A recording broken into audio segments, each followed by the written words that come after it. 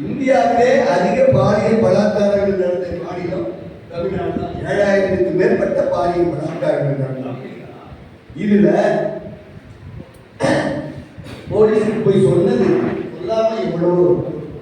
இங்க பீச் கடையை எடுக்கிறதுக்கு கோர்ட் ஆர்டர் சொன்னவன் அதே கோர்ட் ஆர்டர் திருப்பரங்குன்றம் கலையில தீபம் அனுமதிச்சாரு. அதை நிறைவேற்றும். ஏன்னா அவன் விரும்புவது இதுதான் மதக்கலவரம் வரும், வேற வழியே கிடையாது. கடைசியா மதத்தை தான் கையில எடுக்கிறாங்க. மதக்கலவரம் வரும் அப்படின்னு எதிர்பார்த்தாங்க. அங்க நடக்கல.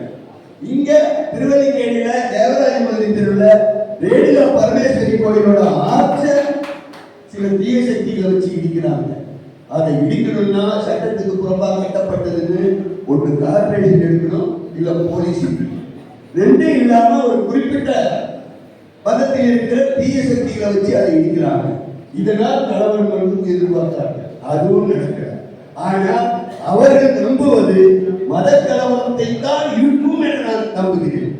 எதிரி எந்த ஆயுதத்தை எடுக்கிறானோ அதே ஆயுதத்தை நாம் எடுக்க வேண்டும் என்று தீர்மானிக்கிறானோ அதே ஆயுதத்தை நாம் கையில் எடுப்பது தவறும் கிடையாது. ஏன்னா நம்ம எடுக்கல, அவன் எடுத்தா நம்ம எடுக்கணும். அவன் எதை எடுக்கிறானோ திருப்பி தாத்தா அதே ஆயுதத்தை நம்ம எடுக்கணும். நான் சொல்றது உங்களுக்கு புரியும் நினைக்கிறேன். வர இருக்கின்ற தேர்தலில் நாம் மத்திய மோடிஜி ஆட்சியோட சாதனைகளை சொல்லுவோம். இதை சிறுபான்மை மக்களுக்கு என்னென்னலாம் அவங்க செஞ்சாங்கன்னு சொல்லுவோம். இன்றைக்கு கருணாநிதி மு.க. ஸ்டாலின் அடிக்கடி சொல்லுவாப்ல, நான் கருணாநிதி மகன் ஸ்டாலின் சொல்கிறேன் வாப்ல. அப்ப கருணாநிதியோட உண்மையான பிள்ளையா இருந்தா கருணாநிதி தான் சொன்னாரு, மோடி மிகவும் நல்ல மனிதர் அப்படின்னு சொன்னது கருணாநிதி. இவன் கருணாநிதியோட பிள்ளையா இருந்தா அதை ஏற்றுக்கணும். அதே கருணாநிதி தான் சொன்னார், பாரதிய ஜனதா கட்சியை பற்றி சிறுபான்மை மக்களிடம் சில சந்தேகங்கள் இருக்கின்றன, அதை நம்முடைய கழக இளைஞர் அதை சரி செய்ய வேண்டும் சொன்னார். அப்ப அவங்க அப்பன் சொன்னதை ஏற்கிறவன் தான் பிள்ளை.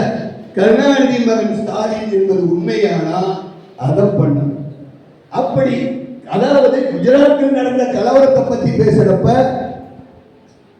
கருணாநிதி என்ன சொன்னாரு, அது சட்டம் ஒழுங்கு பிரச்சனை, மத கலவரம் இல்லைன்னு சொன்னாரு. அப்படிங்கிற பட்சத்துல கருணாநிதி மகனா இவன் இருந்தா அதை ஏற்றுக்கணும். அதுக்கெல்லாம் முரண்பாடா இன்றைக்கு பாஜக பூரத்தை காமிச்சானா அப்படின்னு சொல்லி பூரம் போல காமிச்சானா, அவன் அப்பன் சொன்னதை மாத்தி இவன் பண்றான்னா எங்களுக்கு சந்தேகம் இருக்கிறது. ஆகவே இதையெல்லாம் நீங்க பொதுமக்களிடம் விளக்கமாக விரிவாக எடுத்துச் சொல்ல வேண்டும். எந்த பிரச்சனை வந்தாலும் பார்க்கலாம், யாரையும் ஒன்றும் பண்ணிட முடியாது. அவன் வெட்டாதான் கத்தி வெட்டும் இல்லை, யார் வெட்டினாலும் கத்தி வெட்டும். அவன் கத்தி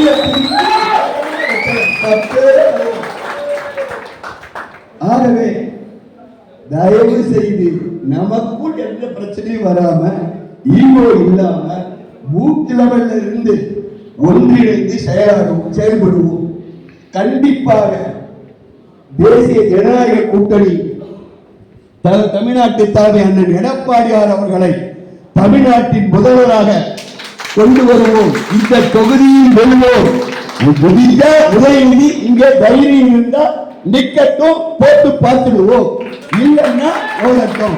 அவன் இந்த தொகுதியை விட்டு ஓடுனாவே அவன் செயல்பட திறமை இல்லாமல், தொகுதி மக்களிடம் செல்வாக்கு இல்லாமல் ஓடுறான்றது தானா எடுத்து செல்ல எளிதாகிவிடும்.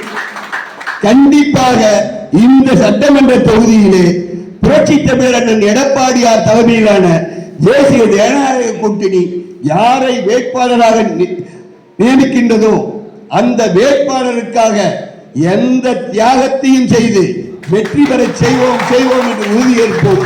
நன்றி. வணக்கம்.